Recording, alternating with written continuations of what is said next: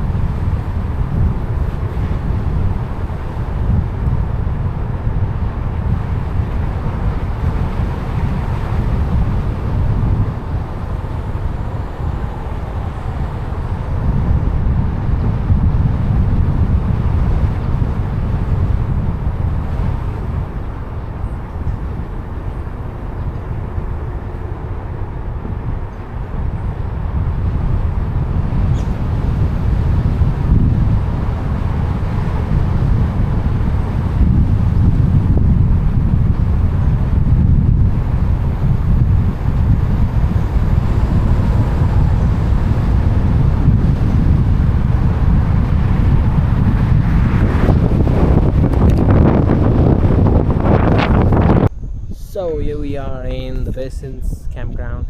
As you can see, it's a wonderful place. The view is awesome, beachside view, and this is where we're supposed to camp. You can see a lot of campers around there because it's a kind of busy day, busy time of the year. It's a good place for swimming and maybe snorkeling as well. I forgot to get my snorkeling mask, so I won't be snorkeling. But yeah, tomorrow we'll be in the water, enjoying the water. And yeah, the water is calm, chill. It's not high tides or anything. And this is where we're spending our night.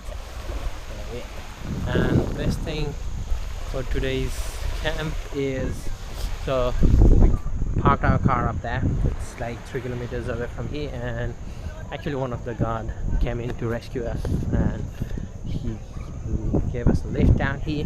So one of the park rangers actually helped us. So here we are. That's how it is. Cheers.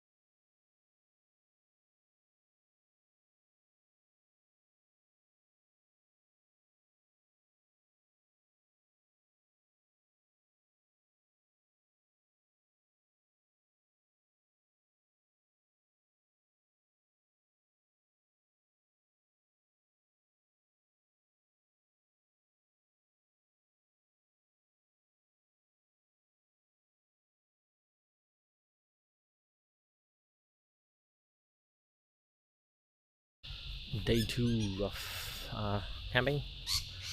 This is where we camped. As you can see the campground behind me. There was a lot of people, maybe like more than 200, and everyone has now gone. This place seems to be wonderful, interesting place. And as you can see, there's a park ranger office. There's a big spacious space, and there's picnic area as well. So if you want to have a day fun, you can come here as well. Apart from that, there's a wharf. So if you don't want to hike, you can actually take a wharf from there. So yeah, that's how it is. That's the camp picnic area. That's it. Jeez. Now we would be walking from this road, roughly 3 kilometers uphill. It's yeah, roughly 2.8 kilometer from here. Steep climb, and that's where you're gonna go.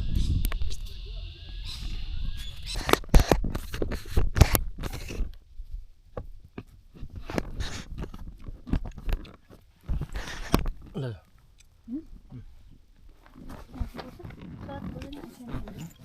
Mana?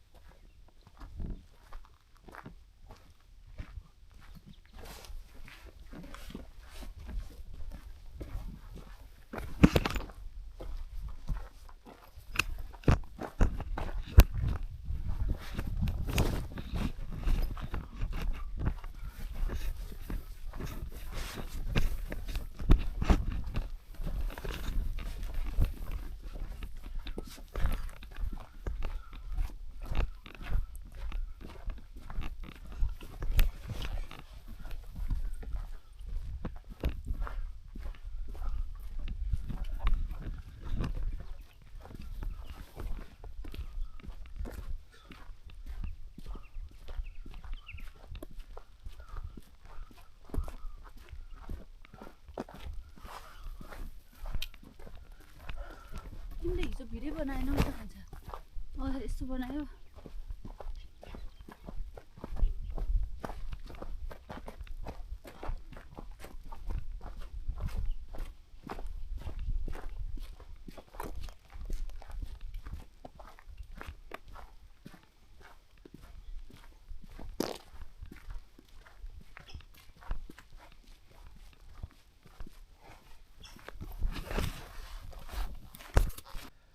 So while walking on the Basins trail, one of the things that you come across is the Aboriginal engraving site. Those sites are all across through Blue Mountains and all these mountains. Whenever you go, you can find places like this. There might be a lot of places that are even not recognized so far. So if you see here some dots over there, over there you can see a fish like structure.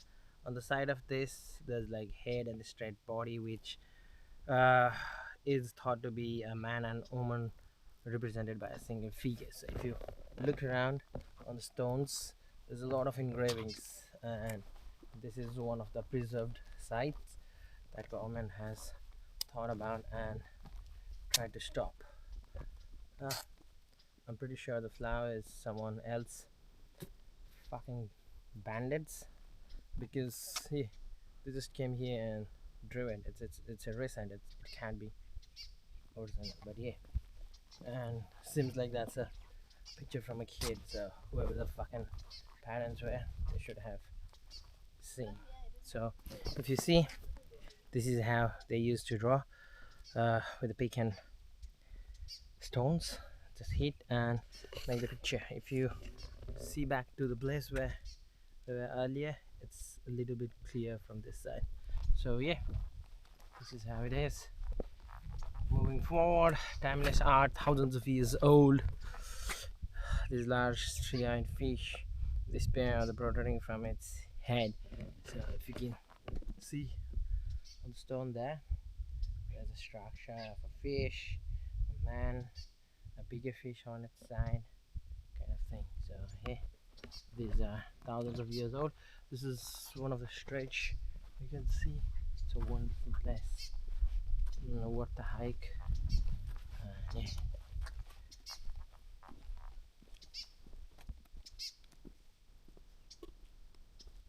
यो वाला picture चाहिँ ठ्याक्कै त्यहीँ रहेछ त. So if you look on the stone top there, let's see a picture maybe of people dancing stuff, and there's a fish again. So I guess fish used to be a significant stuff for the Aboriginal people, because maybe what I've found while hiking around is back home in Nepal or other places that you travel, you get a lot of wild fruits and stuff that you can eat, and there's a lot of birds and animals. But here in Australia it's not the case. The case is I don't see a lot of edible stuff around in the jungle, and maybe that's one of the reasons why it's so less. So if you can see, here's how it is. The engravings all over there. They are there. There's a bush, and there's a lot of engravings. Interesting.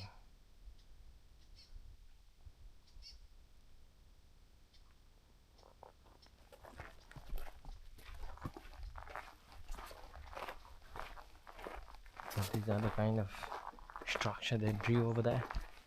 So maybe. So we are back into the track again, and we walk.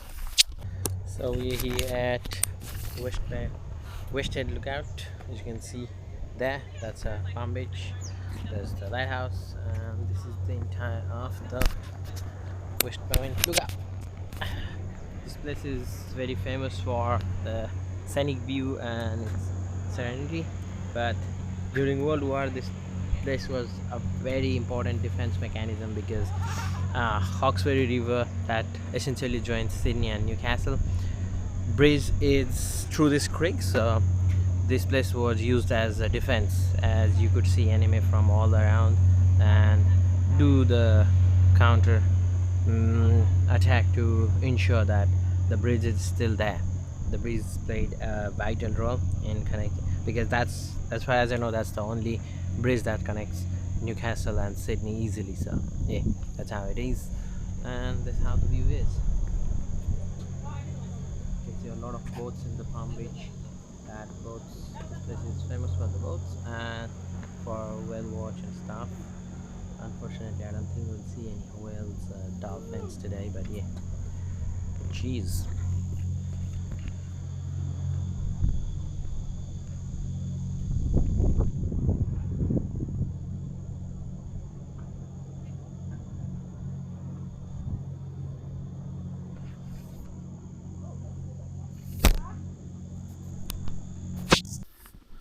So after walking from West Head, we came to Red Hand Cave. So I'm not so sure if the camera would pick, but you can see there's some paintings on the walls up there.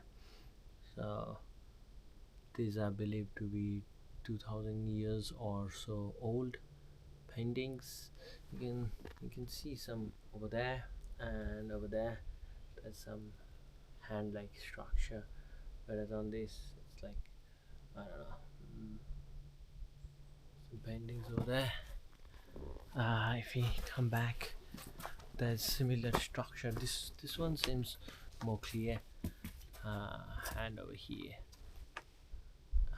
so that's there, and then there are some more paintings on this part as well, especially up here and on the downstairs. So hey, this is maybe a part the humans have always been evolved to do stuff, you know, with a form of art. And yeah, those are interesting to see, and some of them surviving for roughly 2000 years. That's interesting. There's another faintly marked over this one. There's that.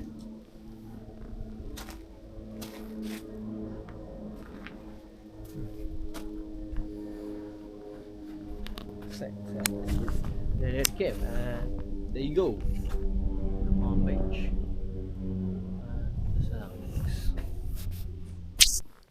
So we decided to come to Resolute engraving site as well, and here pictures are more clear than the other side. So if you can see, it's a full human body with a kind of interesting head, and in most of the sites, this is what we can see.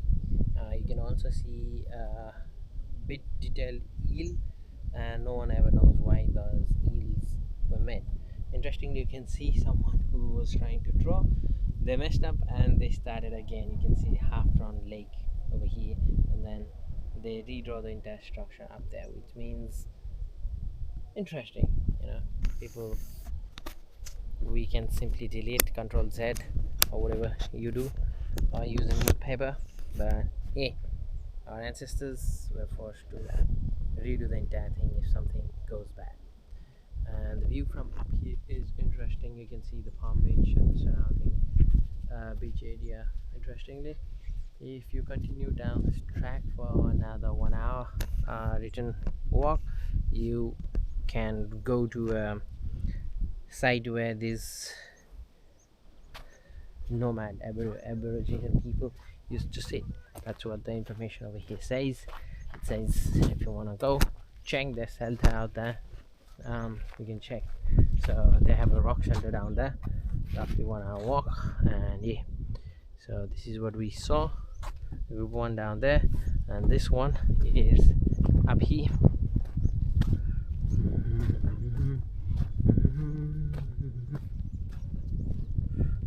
Here the picture is a bit not clear, but you can see the linings, the rods, the V, the fish.